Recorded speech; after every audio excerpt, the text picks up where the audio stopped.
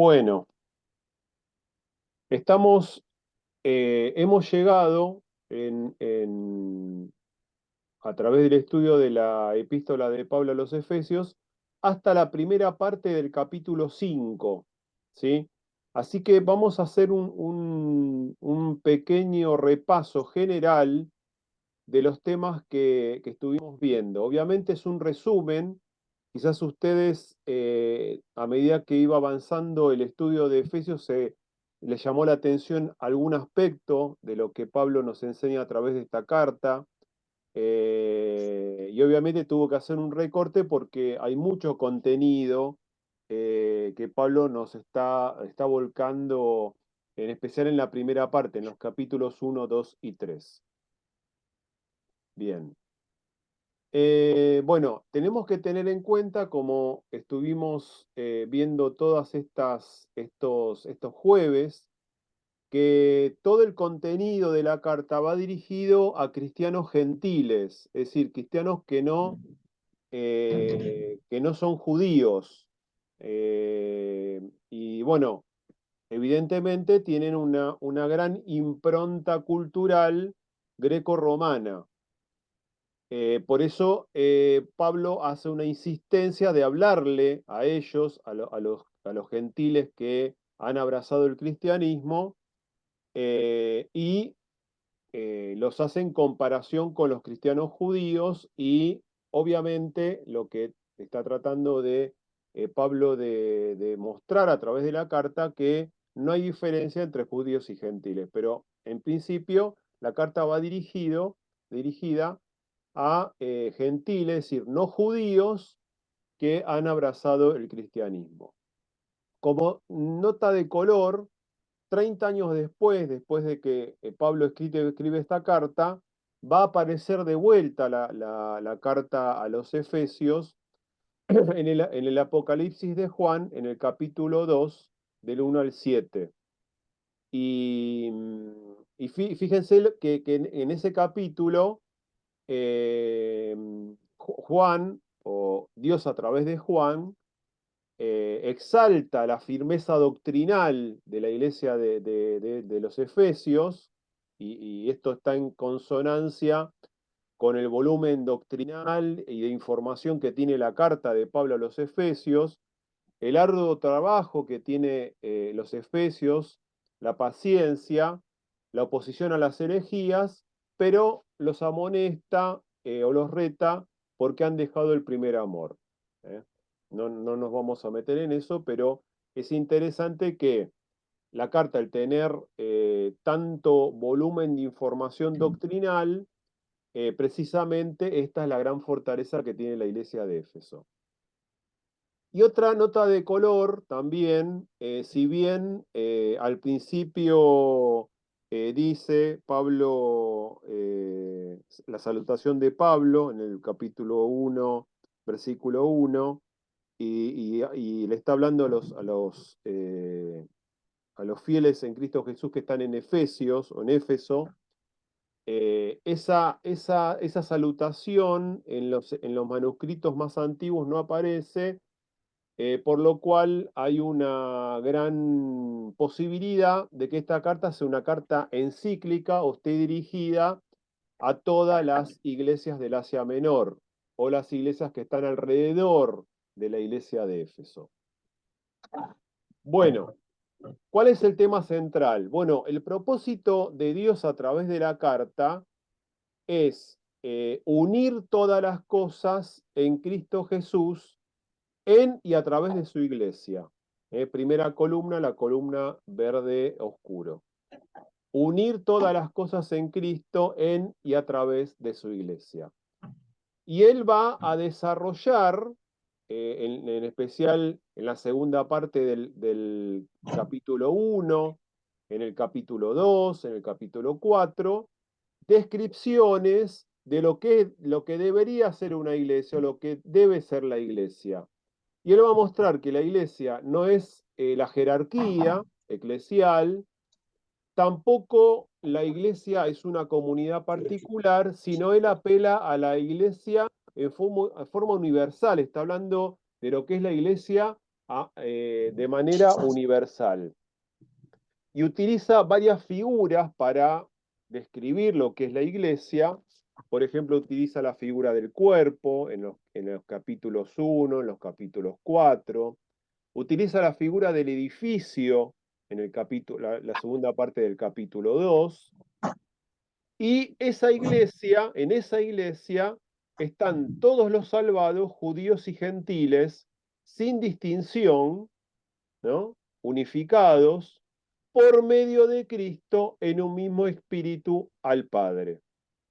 Esa sería la definición de Pablo de lo que es una iglesia.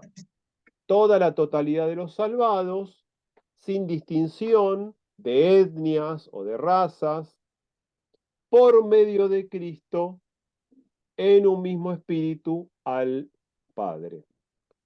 Y aparece muchas veces la palabra unidad en Cristo, capítulo 1, capítulo 2, el capítulo 3, capítulo 4, capítulo 5.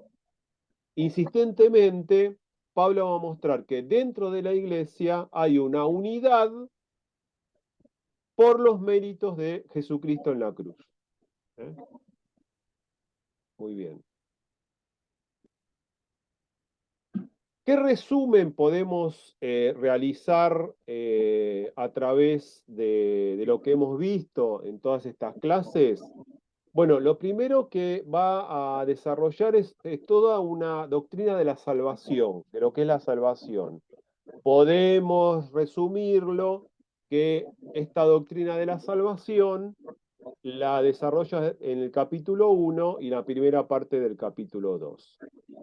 Y él dice que a través de la salvación hemos sido redimidos por la sangre de Cristo. Redimidos es que por medio de esa sangre se ha pagado el precio por nuestra liberación. Ese pecado que nos esclavizaba, la sangre de Cristo pagó el precio, eso quiere decir redimir, pagó el precio para que seamos liberados de esa salvación. Y vimos en su momento que el concepto de redención se utiliza para la liberación de esclavos. ¿Mm? Ahí está entrando María Cristina. Lo segundo, sobre esta teoría de la salvación, que lo vimos en su momento, que estamos dentro del proyecto de decir que la salvación es un gran proyecto de Dios. Pablo utiliza la palabra de predestinados, es decir, que desde los orígenes de los tiempos, el proyecto de Dios es que toda la humanidad se salve. Ese sería el concepto correcto de predestinación. Pero respeta la libre elección del ser humano. ¿Sí? Es decir, que el proyecto de Dios, el proyecto amoroso de Dios, es que toda la humanidad abrace la salvación a través de los méritos de nuestro Señor Jesucristo. Por medio de la salvación fuimos perdonados y purificados por su gracia, y esta salvación ha sido sellada, también lo vimos en su momento, ¿se acuerdan el sello real que ponían los emperadores cuando mandaban una esquela, una encomienda, una carta? La carta era sellada por medio del sello real o el sello del gobernador, o todos los funcionarios tenían su sello característico. Bueno, Pablo toma esta figura. La salvación el reaseguro de que estamos salvados es que fuimos sellados por el Espíritu de la promesa, por el Espíritu Santo, que descendió en forma permanente en la fiesta de Pentecostés, que eso lo tenemos descrito al principio del libro de los Hechos. Bueno, entonces, salvación, primera columna. Segunda columna hace todo un análisis, ¿no? un análisis y un análisis y un desarrollo de lo que es la iglesia. ¿eh? También, nuevamente, el gran objetivo de Dios, el objetivo de Dios es que vivamos en comunidad, en una comunidad de fe. Antes, dice Pablo, hablando de los gentiles estaban alejados. ¿Por qué? Porque el proyecto de Dios era a través de un pueblo, el pueblo judío. Entonces los gentiles estaban alejados de esa comunidad o de ese proyecto y tenían que ser anexados al pueblo de Dios sin ciudadanía, pero ahora los gentiles que han abrazado el cristianismo son cercanos nuevamente al proyecto de Dios por la sangre de Jesucristo. Y a través de esa sangre y dentro de esa iglesia, de ambos pueblos, gentiles y judíos, hizo solamente o hizo un pueblo solo, hizo uno, porque en Cristo Jesús somos uno. Somos iguales, pero diferentes. Somos iguales, pero diferentes. Somos un mismo pueblo. Y en la última columna, que es lo que estamos desarrollando ahora, es el deber de los miembros, es decir, el deber de los miembros o cómo tienen que conducirse los miembros que están dentro de la iglesia. Y, y esto lo empezamos a ver en el capítulo 4 y principio del capítulo 5. ¿Eh? Y Pablo nos invita a que andemos en los principios de la piedad, de las enseñanzas que Cristo nos dejó, para su gloria, para la gloria de Dios. Debemos esforzarnos, cada miembro, en mantener la unidad de la iglesia, no a partir de modelos o valores de este mundo, sino los valores que están en su palabra. Y tenemos que todos, cada miembro, estar desarrollando o aportando eh, para crear un clima espiritual en donde, lo dice Pablo, en donde el Espíritu Santo se sienta confortable, se sienta a gusto.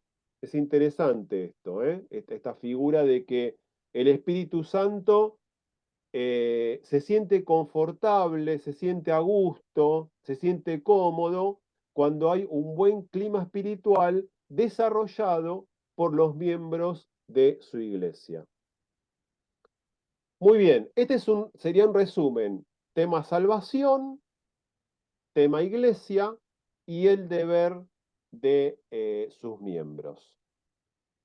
Bueno, y acá nos adentramos en claves de análisis, es decir, claves en donde nosotros podemos estar, recuerdan que después al final de la clase o en la última media hora, vamos a tratar de preguntar y charlar un poco qué es lo que estuvimos entendiendo o no entendiendo de lo que Pablo quiere enseñarnos a través de la carta.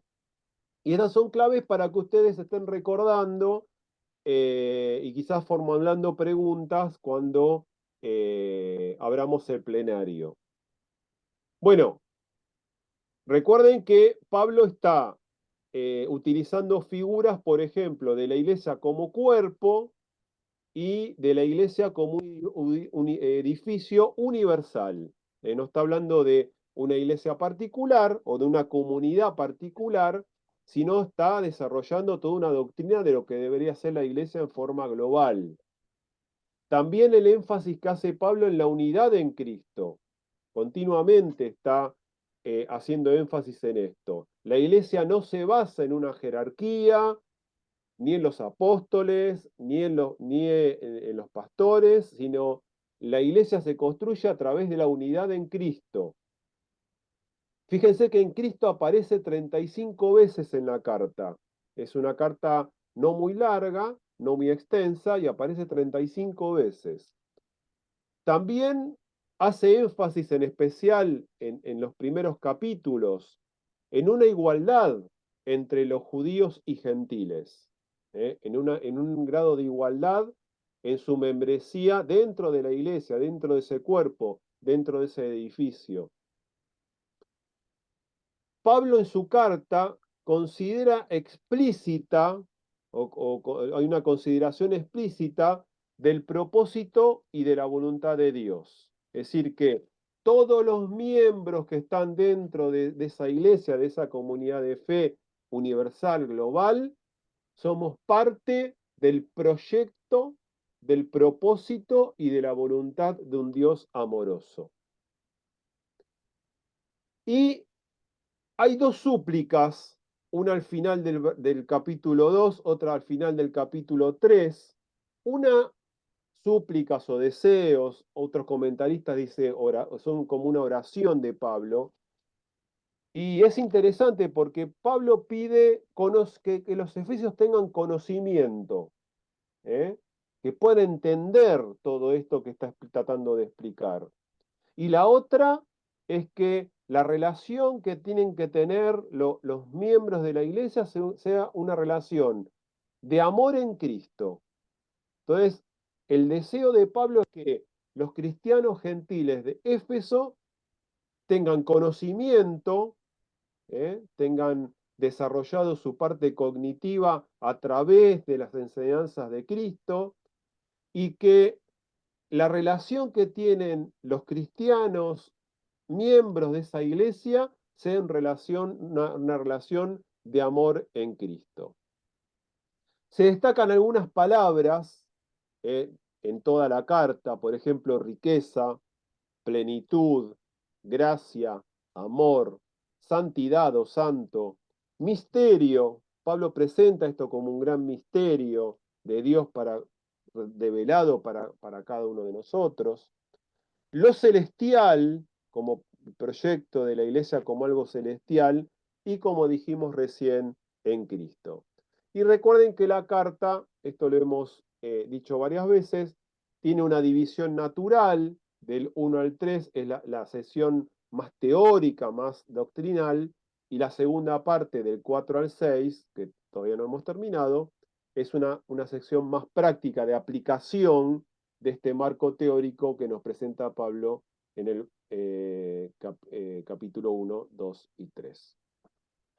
Bueno, y por último, algunas singularidades. Singularidades. Fíjense. Fíjense lo que dice capítulo 1, desde el versículo 4, digamos, que Dios nos escogió y predestinó antes de la fundación del mundo según el designio de su voluntad. Es decir, que la voluntad de Dios, dentro de la voluntad de Dios, Él ya había pensado en este proyecto de salvación. Y uno interpreta que este proyecto de salvación en el corazón de Dios es un proyecto universal, que todos los seres humanos puedan llegar a esta salvación. Lo segundo es que el Espíritu Santo, esto está en el capítulo 1, versículos 13 y 14, que el Espíritu Santo es el sello y la garantía, las arras de nuestra herencia, de nuestra salvación. ¿Eh? La salvación trae cortejada toda una herencia futura, una convivencia junto a Cristo. Y el reaseguro, la garantía de que esto va a ocurrir, es que fuimos sellados con el Espíritu Santo. En el capítulo 2, versículo 8 al 10, dice, salvos por la gracia de Dios, por medio de la fe, sin las obras de la ley. Bueno, recuerden que Pablo dice que por esas obras de la ley, de que dentro de la cultura judía se había convertido en algo muy complicado, los gentiles estaban un poco expulsados porque no podían acceder a esa salvación por todas las penalidades y las cuestiones que los judíos le habían agregado a la ley que había que practicar. Y un poco Pablo lo dice en un momento de su carta, que los gentiles estaban un poco relegados, expulsados de este proyecto de salvación de Dios por los agregados culturales judíos que le habían agregado a la ley. Y Pablo reasegura, hablándole a estos cristianos gentiles, que ellos son salvos por la gracia de Dios, por un regalo de Dios, por medio de la fe, sin las obras de la ley. En el capítulo 3, versículo 14 al 21, ahí está el deseo de Pablo, lo que les estaba diciendo recién, esta súplica, este deseo, este pedido casi como una oración al Padre de que conozcamos el amor de Dios, que tengamos conocimiento del amor de Dios o del amor de Cristo. En el capítulo 4, desde el versículo 12 al 16, bueno, ahí Pablo dice, bueno, a través de los profetas, a través de los apóstoles, hemos recibido capacitación, la iglesia ha recibido capacitación, la capacitación que Jesucristo da a la iglesia para que todos lleguemos a la unidad de la fe y del conocimiento. Es decir, que en este proyecto de Dios, a través de las escrituras, pero a través también de los hombres de Dios, hemos recibido capacitación para que todos, sin distinción, podamos llegar a la unidad de la fe, a comprender todos la profundidad de esta fe y del conocimiento de Jesucristo. En el capítulo 5, Pablo nos invita a que seamos imitadores de Dios a través del ejemplo de Cristo. Y en el capítulo 5, desde el versículo 15 al 18, ahí empieza a aparecer los imperativos, ¿no? Los verbos en imperativo que tenemos que hacerlo, andando en sabiduría y sobriedad, controlados por el Espíritu Santo. Ese pasaje tan peculiar que compara la sobriedad de estar en el espíritu con lo opuesto que es la borrachera del vino. Bueno, esas son las singularidades del capítulo. Así que, bueno, vamos a las preguntas o los comentarios, por lo cual voy a dejar de compartir. Y bueno, no sé si algunos de ustedes tienen alguna pregunta, yo sé que sí. Así que dejo abierto para que puedan estar preguntando o haciendo algún comentario de lo que hemos visto hasta ahora en todos estos jueves. A ver quién se anima.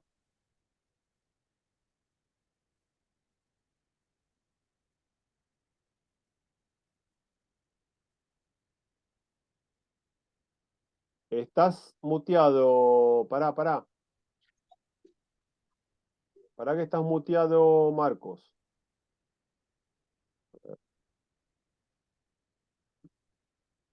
Tenés que... Ahí está. Ahí. Sí, ahí se escucha. Ah, perfecto. Yo me perdí el capítulo 4, Sí. donde habla de los dones principales de la iglesia. Así Ajá. que mi pregunta tiene que ver con el don de evangelista, eh, que a veces suele ser una cualidad o no del pastor o de los pastores. Si no es así, si el don de evangelista lo tiene un hermano que no es un pastor de la iglesia local, ¿qué función cumplen en el control de eso los pastores? O sea, ¿cómo lo controlan? ¿Cómo lo incentivan? Si ese don tiene que estar presente o no. y si es un don en particular de algún otro hermano o exclusivamente que es el pastor para eso. Esa es la pregunta. Sí.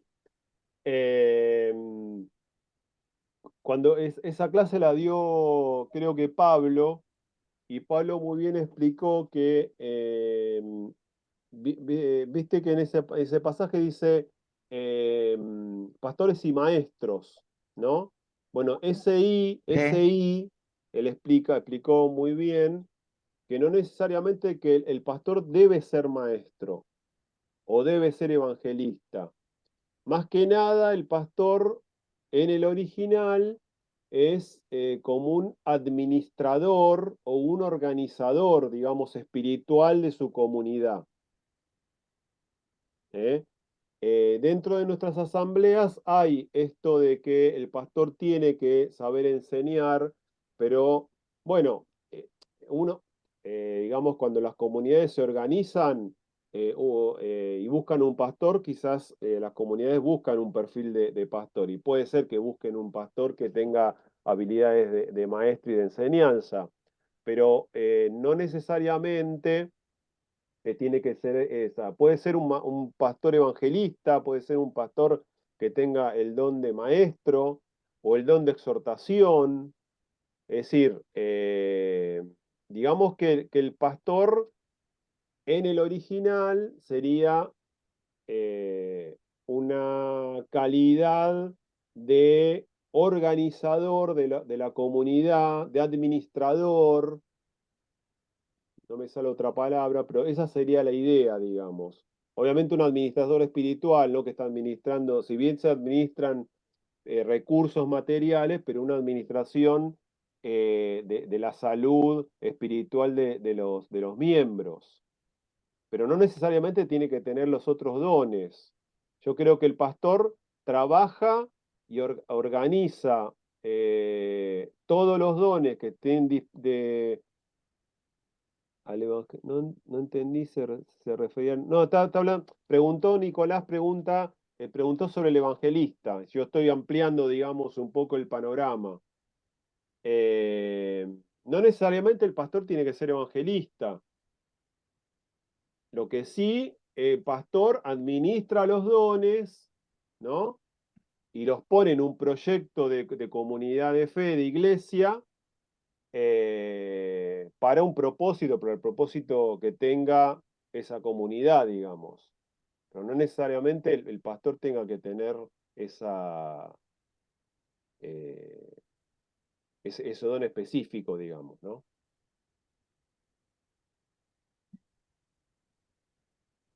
Correcto, ¿Cómo? perdón. Antes Sí, que le respondas a Nicolás, o sea, la antigua palabra de sobreveedor es se sobrevedor. sigue, Sí, se sigue insistiendo ahora, o sea, sigue estando vigente eso, no sí, sé, sí, creo que más allá del don que tenga el pastor. sí, creo que el concepto de sobrevedor no está en el original de Efesios, sino está en otra carta. Ahora no me acuerdo, Sí, pero no es el concepto que utiliza Pablo en esta carta, digamos. correcto. Sí. A ver, Sí, pero el concepto de un administrador, pero administrador, nosotros tenemos el concepto de administrador, que es alguien que está administrando bienes o está a cargo de una empresa. Administrador, que es el que coordina todo para beneficio espiritual de los miembros de esa comunidad, de esa iglesia.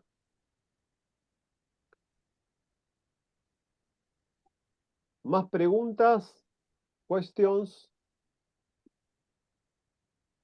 Está todo clarísimo. A ver, Nicolás dice, los ancianos que gobiernan bien sean tenidos por dignos de doble honor, mayormente los que trabajan.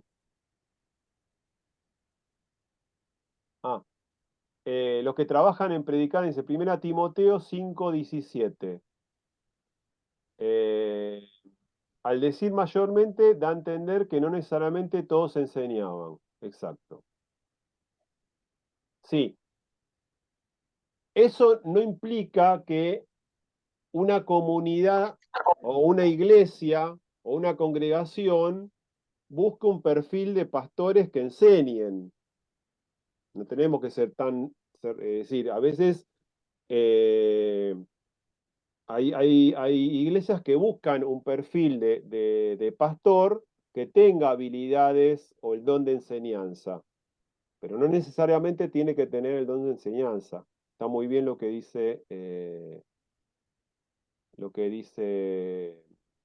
Nicolás en el chat. Bueno, Mónica, Romina, Nicolás, Cristina, ¿tienen preguntas, comentarios? Mm, no. Romy, está muteada Romy. Nico, Yo tengo una duda a ver, desde que conocí el Evangelio, sí. desde que conocí al Señor, ¿no? Y es con esto que tiene que ver con las prácticas que tienen que ver con costumbres religiosas que no son las nuestras. Por ejemplo, asistir a, no sé, bautismos y ese tipo de cosas, ¿no? O sea, no sé si está bien, si está mal. O sea, ni siquiera sé cómo bien formular la palabra, pero es una inquietud que tuve siempre, ¿no? O sea, esto de, porque yo puedo saber bien dónde está mi fe y demás, pero digo, al ir este tipo de cosas o frecuentar y demás, lo que sea, ¿es testimonio, no es testimonio? ¿Se hace, no se hace? Yo, por ejemplo, me aparté de todo, completamente. Mi hermano tuvo una nena, la bautizó, yo no fui al bautismo, Ah, por supuesto no salí de madrina. al bautismo de otra religión, decís. Claro, claro, o Ah, sea, ¿qué pasa con ese tipo de cosas? O sea, ¿cómo nos tenemos que comportar frente? Porque hay como características y cosas que son como muy claras que un cristiano no debe hacer. Y ujú. está después este ni, que cada quien tiene como su propio librito, ¿no? Y entonces yo digo, ¿qué nos dice con respecto a eso? Esa duda la tengo desde siempre. No, mira, yo creo que uno tiene que, no creo que haya problemas en el sentido bíblico de ir y participar, por Claro, ejemplo, de un bautismo de otra religión, digamos. Máxima si los que están bautizados son gente querida de tu familia. Eh, Me claro, parece que el testimonio se reafirma cuando vos vas y participás en amor y respetás lo que otros creen. Obviamente, cuando te pidan opinión, vos con mucho amor le vas a decir, mira, yo no creo en esto, por esto, por esto y por esto. Sí, claro, siempre, fíjate que la impronta de toda la carta de Efesios es el amor de Cristo. Condúzcanse en amor. Lo repite, lo repite y lo repite. Entonces, eh, yo personalmente participaría. Obviamente no haría toda la gestualidad porque no la haría o porque tampoco la sabría hacer, porque pertenezco a otra, eh, desde el punto de vista de ellos, a otra religión. Eh, pero yo comprendo, Romina, que a veces un poco incomoda porque como que participarías de algo idolátrico o algo que no está de acuerdo con lo que nosotros pensamos. Yo personalmente diría, porque amo a esa gente, sean mis familiares o sean amigos que no tienen mi fe, bueno, yo voy y participo por amor. Y de esa manera vos vas a tener una apertura. Si vos te cerrás y decís, no, yo no participo, evidentemente estás cerrando canales de diálogo que son muy importantes para poder testificar de tu fe. Es decir, vos, digamos, tenés que hacer todo lo posible para que las otras personas te pregunten, bueno, vos en qué creés, y vean que vos sos diferente y no tenés problema de ir y participar de otras reuniones o de otros rituales que no son los que hacemos nosotros. Pero me parece que si uno no participa y se cierra a eso, estoy hablando de comunidades cristianas que están bastante cerca a nosotros, ¿no? Estamos cerrando a mi entender, personal,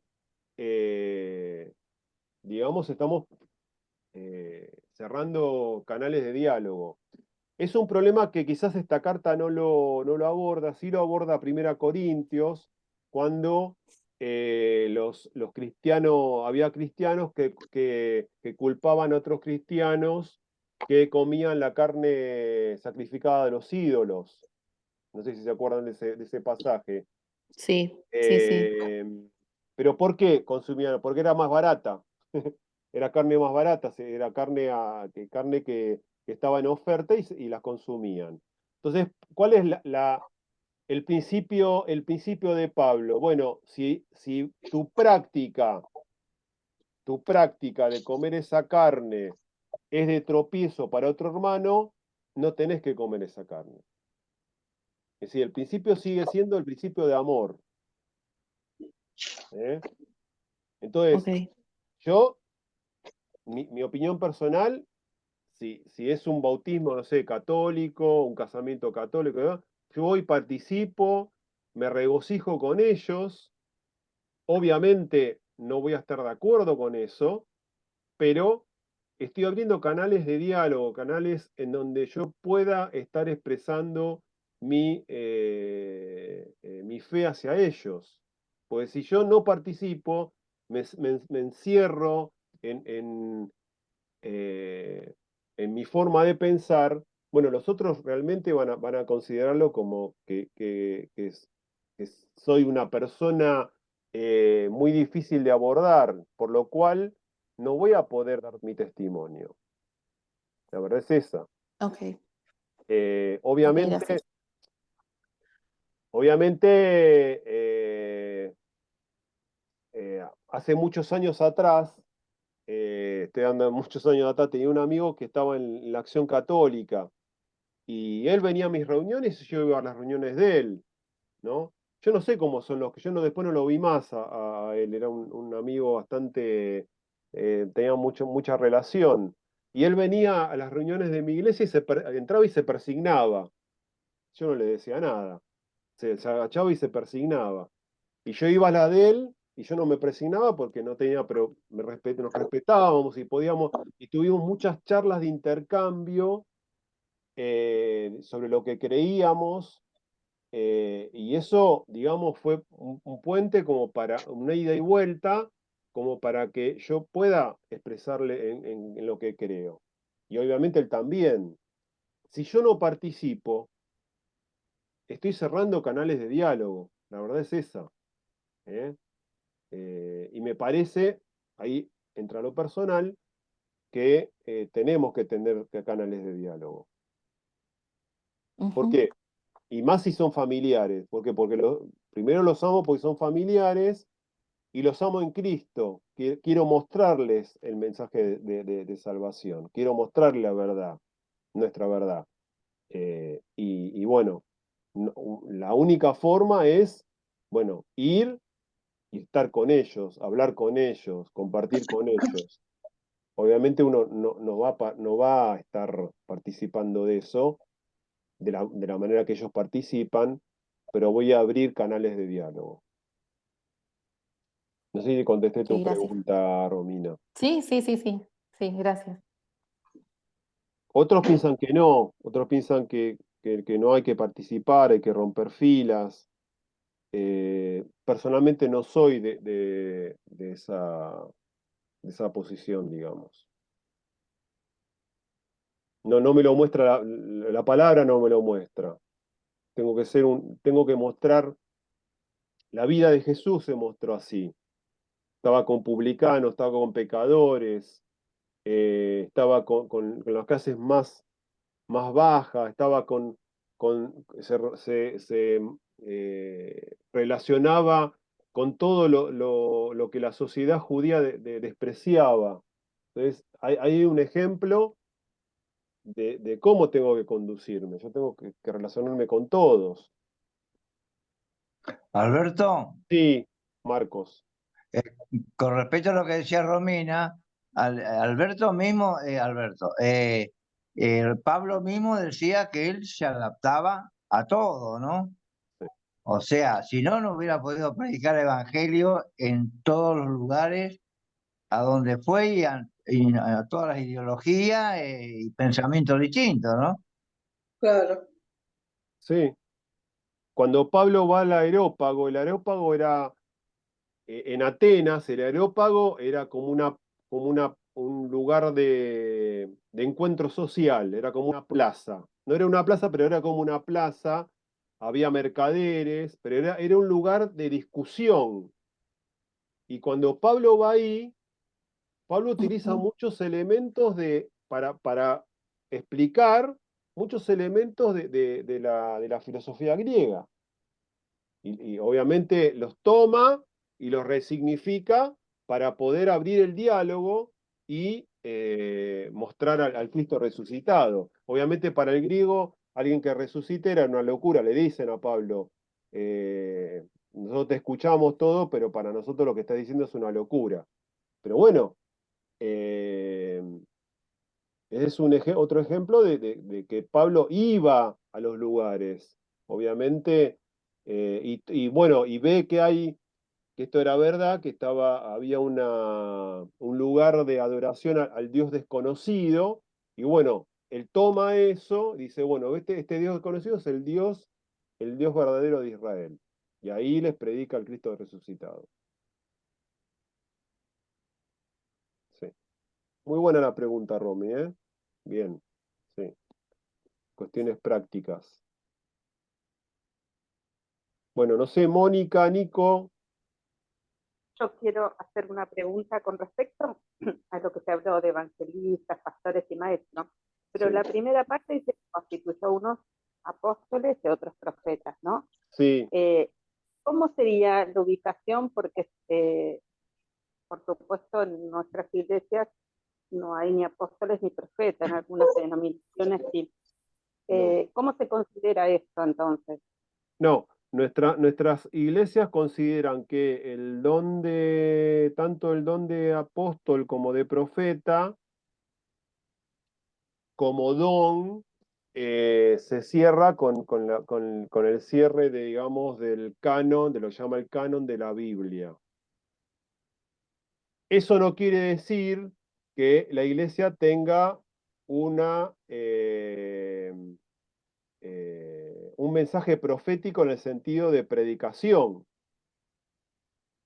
Es decir, a veces consideramos al profeta como alguien que está diciendo eventos futuros, eventos del porvenir, pero dentro de los profetas había mucha denuncia de corrupción, de injusticia.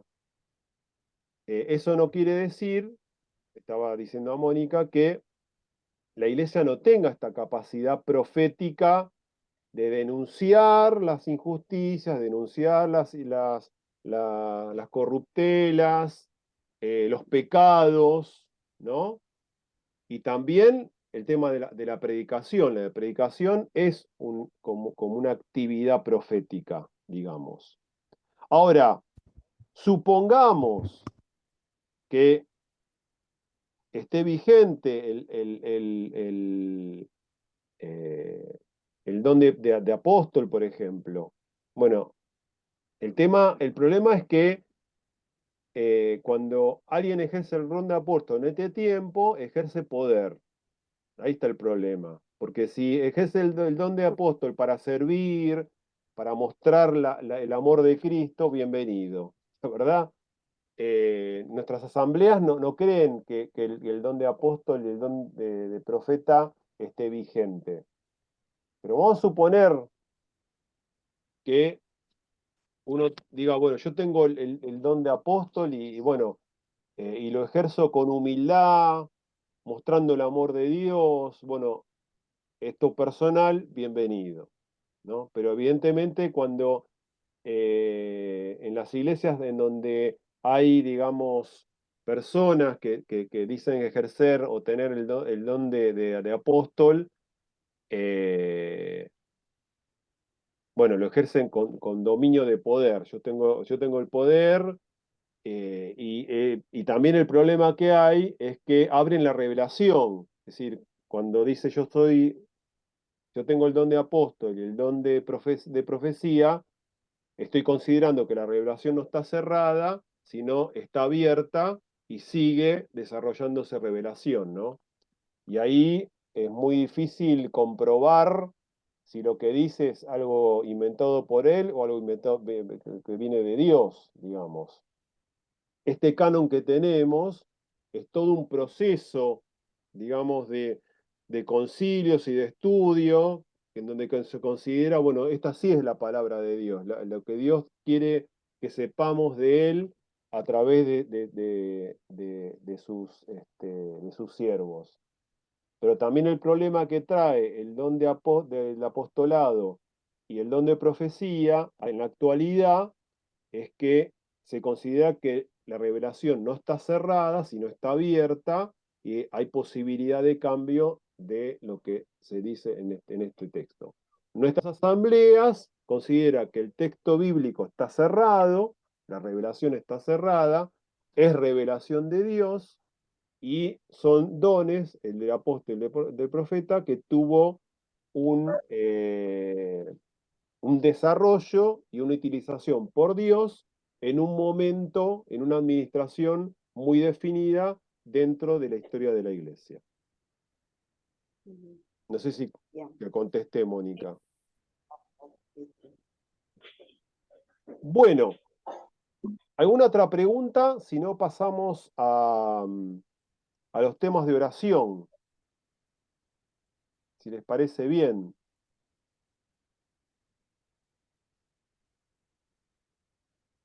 Dice Nicolás, edificado sobre el fundamento de los apóstoles y profetas, siendo la principal piedra del ángulo Jesucristo mismo, Efesios 2:20, exactamente. Exactamente.